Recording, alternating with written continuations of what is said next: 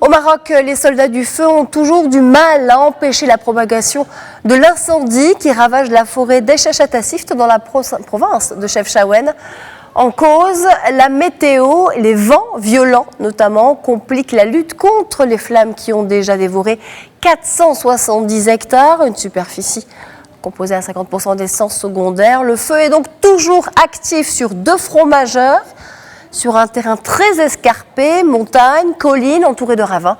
Et ce, malgré la mobilisation de 270 pompiers, notamment 4 avions canadaires des Forces armées royales et 4 avions turbo-trush de la gendarmerie royale.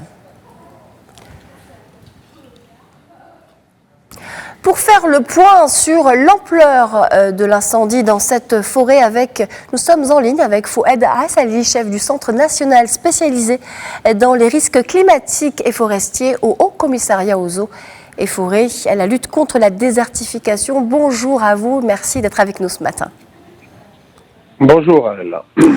Alors 470 hectares partis en fumée en quelques jours, ce n'est pas rien. Quelle est l'ampleur véritable des dégâts? Est-ce qu'on peut faire le point avec vous sur la situation ce matin? Merci. En fait, comme vous avez dit en fait dans votre présentation, effectivement le feu il est toujours en cours, mais pas avec la même intensité. On avait auparavant presque 6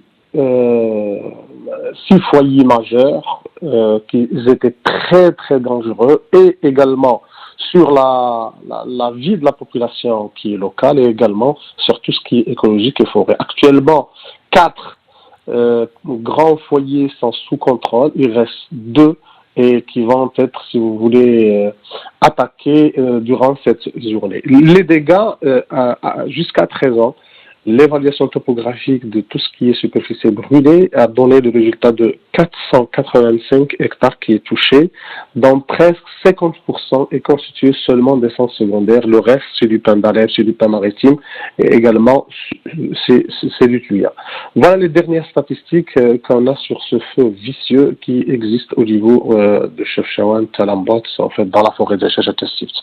485 hectares brûlés, donc ce sont les derniers chiffres que vous venez de nous donner. Quelles sont précisément les mesures maintenant pour lutter contre ces incendies? Bien évidemment, en fait, pour ce feu, c'est le protocole national qui est mis en œuvre. C'est un protocole qui est uniformisé à l'échelle de toutes les régions du royaume. Il y a en fait une stratégie d'intervention aussi bien lutte terrestre que aérienne. Actuellement, au niveau de cette zone, on trouve presque 280 personnes qui sont mobilisées au niveau du terrain, constituées bien évidemment des eaux et forêts, de la protection civile, des forces armées royales, des forces auxiliaires, également des autorités locales qui essaient un petit peu d'étouffer les derniers foyers, comme j'ai dit. Accompagné avec 8 avions spécialisés de lutte aérienne, en fait 4 des forces Royal Air et 4 de la gendarmerie royale. Selon le protocole unifié, en fait, c'est des niveaux, tout simplement. Et à chaque fois, en fait, à chaque niveau, à chaque protocole, à chaque, si vous voulez, configuration du terrain avec la végétation requise, le protocole est mis en œuvre. Alors, dans ce contexte, la reforestation des zones incendiées est-elle prévue? Et si oui, comment?